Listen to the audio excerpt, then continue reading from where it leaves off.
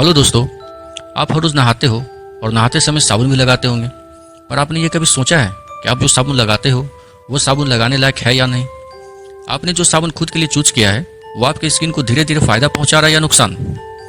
या आप भी हजारों लोगों की तरह मार्केट में मिलने वाले साबुन जैसे कि life boy, lux, Nirma, Cinthol जैसे साबुन का यूज कर रहे हो? आपका साबुन आपके लिए अच्छा या बुरा कैसे पता करें?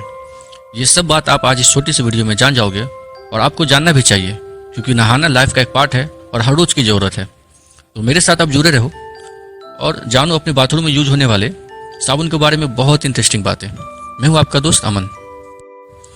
आइए दोस्तों, पहले ये जान लें कि साबुन है क्या और इसकी शुरुआत कहाँ से हुई।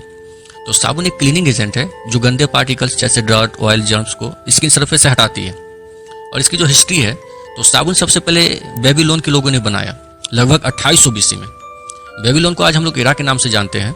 उस जमाने में लोग एनिमल फैट और राख को मिलाकर साबुन बनाया करते थे, लेकिन इजिप्ट और रोम के लोग नेचुरल ऑयल्स और अल्कलाइन सॉल्ट का यूज किया करते थे। फिर रोमन एम्पायर के लोगों ने साबुन को अपनाया और इसे हाइजीन कल्चर में शामिल किया और वहां से साबुन की एक अच्छी शुरुआत हुई। एक्चुअली में 7वीं सेंचुरी के आसपास यूरोप में एक प्रोफेशनल तरीके से साबुन बनाया गया और इससे एक लग्जरी आइटम में शामिल किया गया। इसे ज़्यादातर अमीर लोग ही यूज किया करते थे उस वक्त। फिर 19वीं सेंचुरी में मॉडर्न साबुन का आविष्कार हुआ और इंडस्ट्रियल रिवोल्यूशन का दौर आया और इसे कमर्शियल स्केल पर बनाया जाने लगा। उस वक्त भी साबुन बहुत लग्जरी आइटम थे, सिर्फ अमीर लोग ही यूज किया करते थे, क्योंकि मिडिल क्लास और गरीब लोगों के बस की बात नहीं थी उसे खरीदना।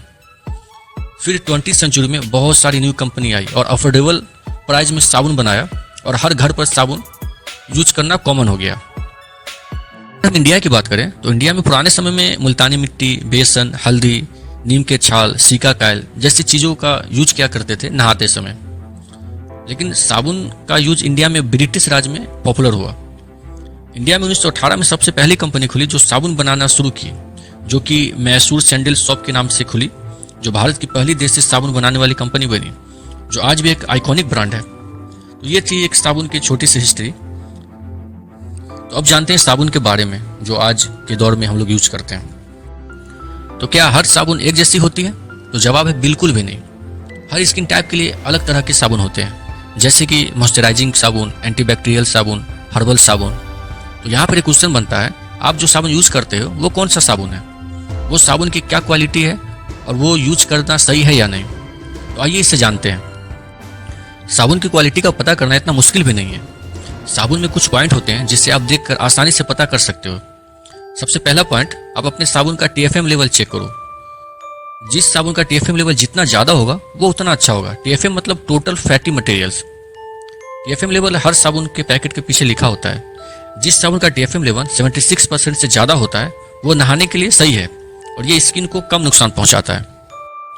इंडिया में बहुत कम साबुन है जिसे बाथ सोप की कैटेगरी में रखा गया, क्योंकि कंपनी सस्ते साबुन बनाने के चक्कर में उसकी TFM वैल्यू मेंटेन नहीं कर पाती और उस साबुन को टॉयलेट सोप पैकेट के पीछे लिखकर मार्केट में लाती है। पर लोगों को जानकारी की कमी की वजह से ये पता ही नहीं होता और वो उसे यूज करते हैं और नतीजा ये होता है कि वक्त से पहले स्किन खराब हो जाती है और यंग एज में ही स्किन में लूजनेस आ जाती है। तो आप आज ही चेक करना कि आपके साबुन की कैटेगरी क्या है, बाथ सोप है या टॉयलेट सोप है। आपके साबुन में बहुत अच्छी खुशबू है और बहुत ज़्यादा है तो ऐसे साबुन को लेने से बचें, क्योंकि जिस साबुन में ज़्यादा खुशबू होगी वो उतना ही डेंजर होगा, क्योंकि नेचुरल एंड हर्बल साबुन में खुशबू बहुत कम होती है और ऐसे साबुन थोड़ा महंगे बिकते हैं। पर कंपनी सस्ते दाम में बेचने के चक्कर में बहुत सारे आर्टिफिशियल केमिकल का यूज करती है जिससे अच्छी खुशबू आए। कुछ केमिकल है जैसे कि benzyl acetate, limonene, benzyl alcohol, hexyl chemical और भी बहुत सारी केमिकल है जो इंसान के लिए बहुत डेंजर है। पीएच लेवल भी देखें, अपने साबुन के पैकेट के पीछे पीएच लेवल जरूर देखें, इसका बैलेंस होना बहुत जरूरी है। एंड मॉइस्चराइजिंग प्रॉपर्टीज का भी ध्यान रखें। जिस साबुन में मॉइस्चराइजिंग प्रॉपर्टीज कम होती है वो साबुन आपके स्किन को ड्राई बनाती है, जिससे कि आपका स्किन वक्त से पहले बूढ़ी हो जाती है। और लास्ट जो है वो इंग्रेडिएंट्स है, उसे जरूर चेक करें आपके साबुन में कुछ नेचुरल इंग्रेडिएंट्स है या नहीं, या सिर्फ आर्टिफिशियल है। आर्टिफिशियल इंग्रेडिएंट्स वाले साबुन सस्ते होते हैं मगर वो बहुत सारी प्रॉब्लम लाती है स्लोली। ये सारी चीजें आपके साबुन के पैकेट के पीछे लिखी होती है, जो चीजें मैंने आपको बताई है। बस उन चीजों का आप ध्यान रखें और उन चीजों को देख करके अपने साबुन को यूज करने के लिए खरीदें। साबुन के कुछ फैक्ट हैं जिसे आपको जरूर जानना चाहिए। इंडिया में सबसे ज्यादा यूज होने वाले साबुन लाइफ बॉय और लक्स हैं। इंडिया की सबसे बड़ी कंपनी जो है वो हिंदुस्तान यूनिलीवर लिमिटेड है, जो कि अलग अलग नाम की साबुन अलग अलग क्वालिटी के साथ मार्केट में बेच रही है। लाइफबॉय, लक्स, डव, हमाम, रेक्सोना, पियर्स, ये सब साबुन एक ही कंपनी बनाती है जिसका नाम है हिंदुस्तान यूनिलीवर कंपनी, और इस कंपनी का 40 से 45% से ज़्यादा मार्केट शेयर है। दुनिया की सबसे महंगी साबुन जो है वो है कतर रॉयल सोप, जिसकी एक बार की कीमत लगभग 2 करोड़ है।